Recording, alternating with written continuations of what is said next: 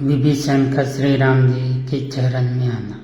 रावण से अपमानित होकर विभीषण अपने 4 भयंकर तथा पराक्रमी अनुचरों के साथ आकाश मार्ग से 2 ही घड़ी में उस स्थान पर आ गए जहाँ लक्ष्मण सहित श्री राम विराजमान थे।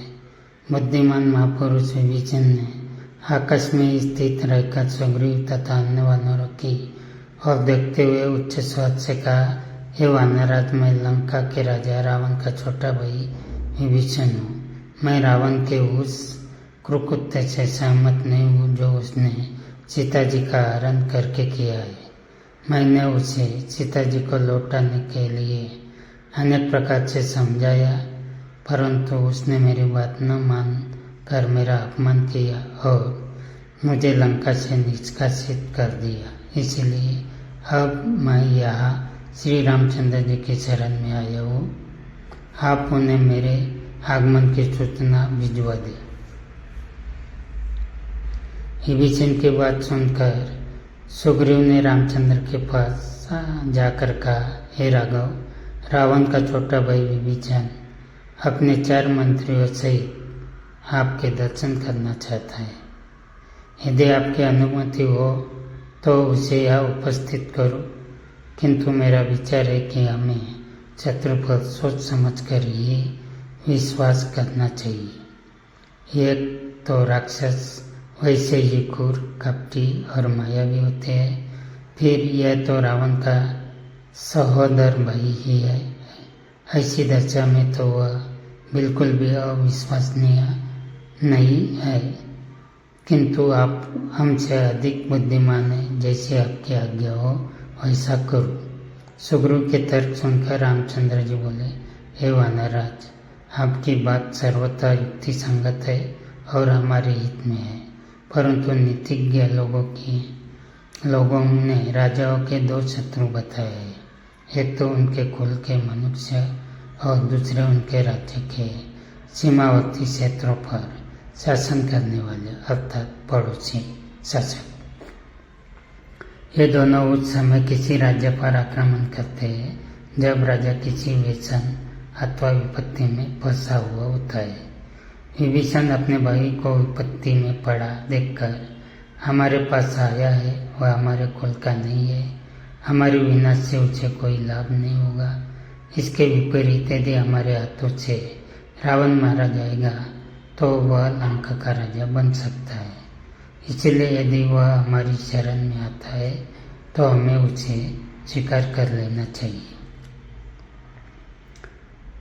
कण्व ऋषि के पुत्र परम ऋषि कंडू ने कहा है कि यदि दीन होकर शत्रु भी शरण में आए तो उसे शरण देनी चाहिए।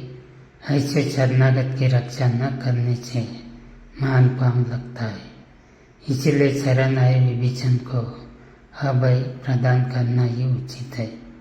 अतः तुम मुझे मेरे पास ले आओ। जब सुग्रीव विभीषण को लेकर राम के पास आया तो उसने दोनों हाथ जोड़कर कहा, हे धर्मात्मा, मैं लंकापति रावण का छोटा भाई विभीषण हूँ। ये जानकर मैं आपकी शरण में आया हूँ कि आप शरणागत वत्सल है, इसीलिए आप मुझ शरणागत का उद्धार कीजिए। विभीषण को दीन वचन सुनकर श्री रामचंद्र जी ने उसे गले से लगाते हुए कहा, हे विभीषण, मैंने तुम्हें स्वीकार किया, अब तुम मुझे राक्षस का बलाबल बताओ।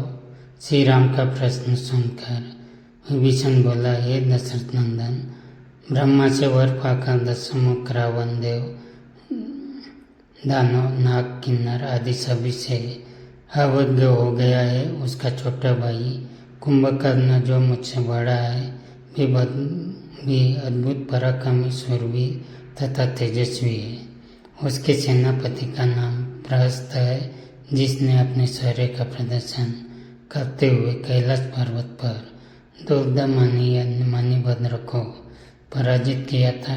रावण के पुत्र मेघनाथ ने तो इंद्र को परास्त करके इंद्रजीत की उपाधि अर्जित की है। मेघनाथ का भाई महापार्श्व भी अकंपन नामक पराक्रमी राक्षस को मारकर संसार भर में विख्यात हो चुका है। रावण के सेनापति तथा सेना नायक युद्ध कौशल में एक दूसरे से बढ़कर है।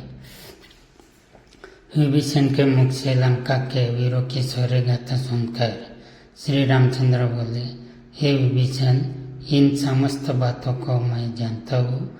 इतना सब होते हुए भी मैं आज तुम्हारे सम्मुख प्रतिज्ञा करता हूँ कि मैं रावण का, उसके पुत्रों, मंत्रियों एवं योद्धाओं को सहित वध करके तुम्हें लंका का राजा बनाऊंगा।